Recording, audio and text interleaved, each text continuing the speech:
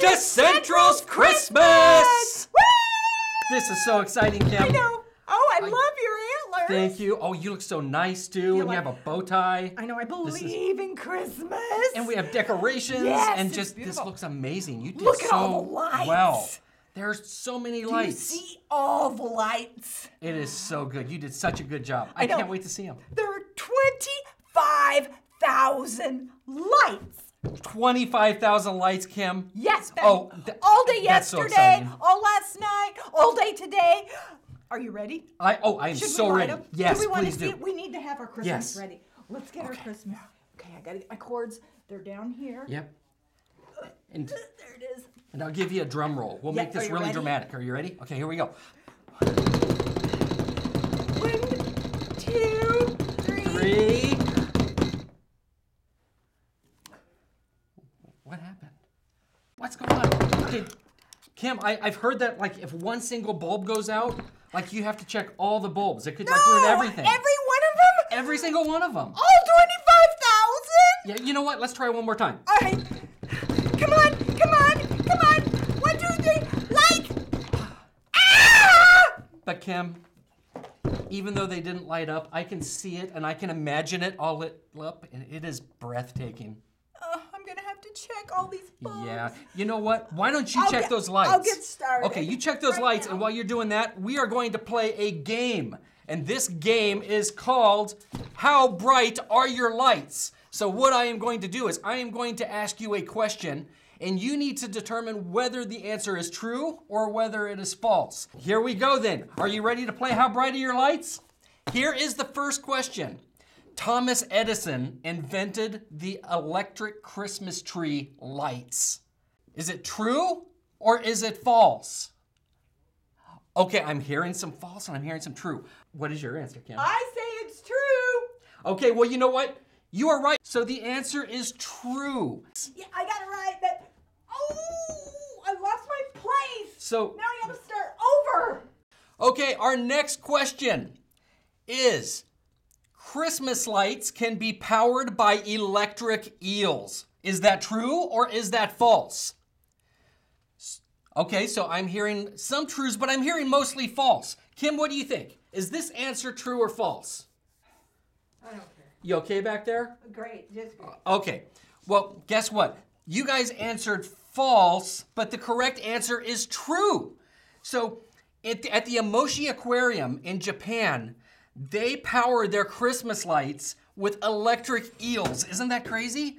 And they can produce up to 800 watts of electricity. Kim, you doing okay back there before we go on to the next question? Okay, good. Okay, third question in our game. 20 million pounds of Christmas lights are recycled every year. Is that true or is that false? Okay, I'm hearing the most of you are saying that that answer is true. Yes. Okay, that was a great game. Hey, Kim, how are the lights coming? I can't find it. All 25,000, I can't find it. It isn't Christmas without the lights, Brandon. But it still looks beautiful. It looks beautiful. You know what? What we're going to do, we're going to turn it over to Miss Cassandra for our Bible breakdown.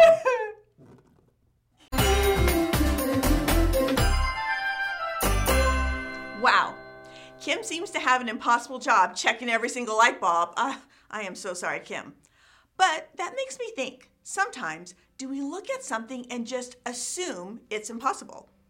Why do we face these moments sometimes and just want to give up rather than believing there might actually be a way through? On top of that, if we want to change our perspective and start to see the situation differently, how do we do that? Well, those are some really great questions for us to consider. And when we have big questions, the first place we should go is the Bible to learn the wisdom God has for each of us. Today, we are starting in the hill country of Judah with a couple, maybe you heard of them. They are Elizabeth and Zechariah. Now, there are a few important details you should know about these two. First, Zechariah was an Israelite priest, and both he and Elizabeth came from a family line of priests.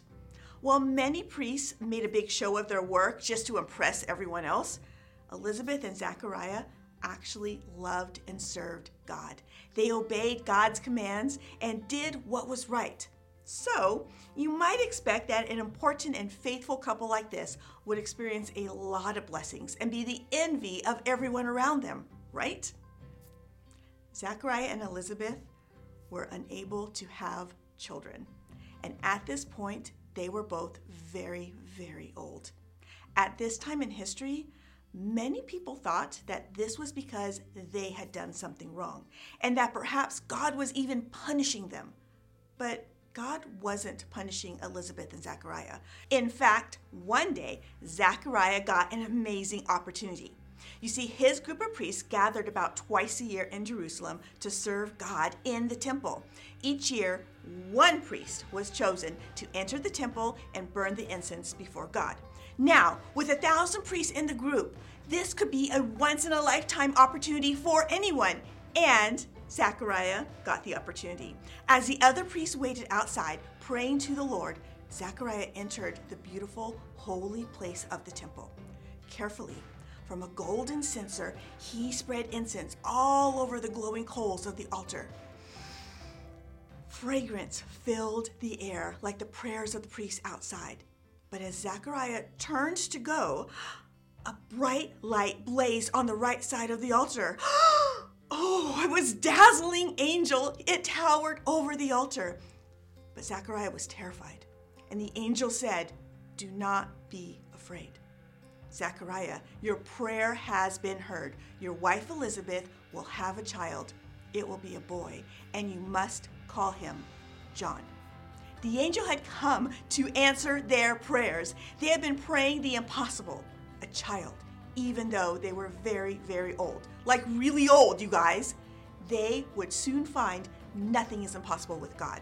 And Zechariah was about to find out the important role that this special miracle child would play. The angel continued, "He will bring back many of the people of Israel to the Lord their God, and he will prepare the way for the Lord."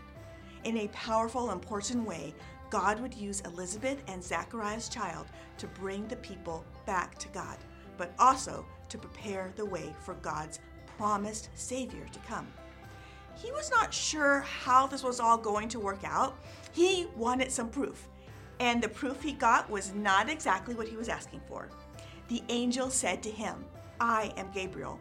I serve God. I have been sent to speak to you and to tell you this good news. And now you will have to be silent. You will not be able to speak until after John is born. That's because you did not believe my words. They will come true at the time God has chosen." The light flared and then dimmed. Zechariah found himself all alone again. Stunned, he staggered out of the temple. Everyone was wondering what had taken so long.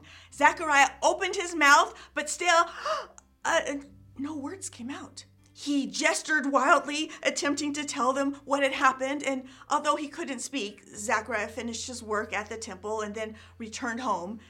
It wasn't long after that Elizabeth found out she was going to have a baby. She and Zechariah were full of joy, and at last, the time came for Elizabeth to have a baby. The baby was born. 8 days later, the family and friends came and they gathered around for his naming. Everyone assumed his name would be Zechariah, after his dad. That's what families did back then. Names were passed on in the family from one generation to the next. But Elizabeth said his name would be John. No one thought this was okay, so they turned to Zechariah, but still unable to speak. He wrote down the name, John. And suddenly, Zechariah could speak. Everyone was filled with fear and wonder as the news spread through the hill country. It was clear the Lord was with John.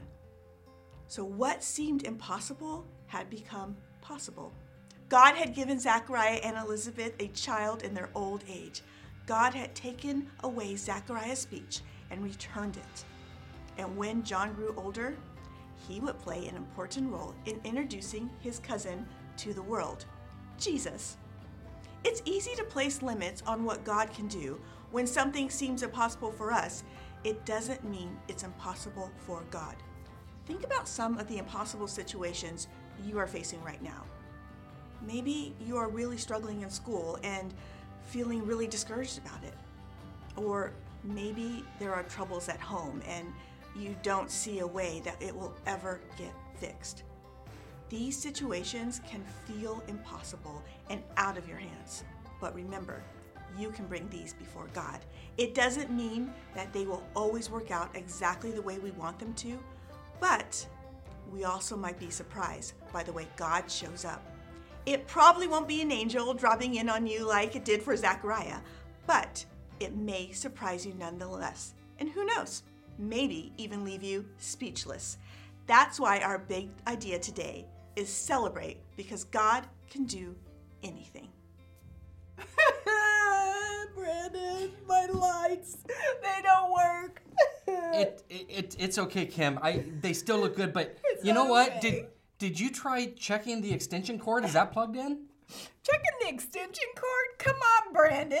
Of course I checked the Okay. extension cord. Okay. Well, as long as you check that. But are you sure? Yes, I did. Okay. You're sure. Okay. Okay, so while Kim's leaving, you know what? It's okay. These lights, they still look beautiful. Kim did an amazing job. And you know what? Christmas isn't about lights anyway. Christmas is about celebrating Jesus and his birth. Kim, you're back. I'm back. So so why are you smiling? I'm just excited. Why are you excited? Well, I'm ready to check the lights again. Okay, so you have the extension cord. What's going on there? Well, it wasn't plugged in. It wasn't plugged in. No, it Okay. wasn't plugged in. Okay, So so- it's plugged in, and now I'm ready. So I'm ready now it to should turn work, on the lights. right? Okay, Yes. this time it's gonna work. One more drum roll. One more drum Okay, roll. here we Come go. on. Drum roll.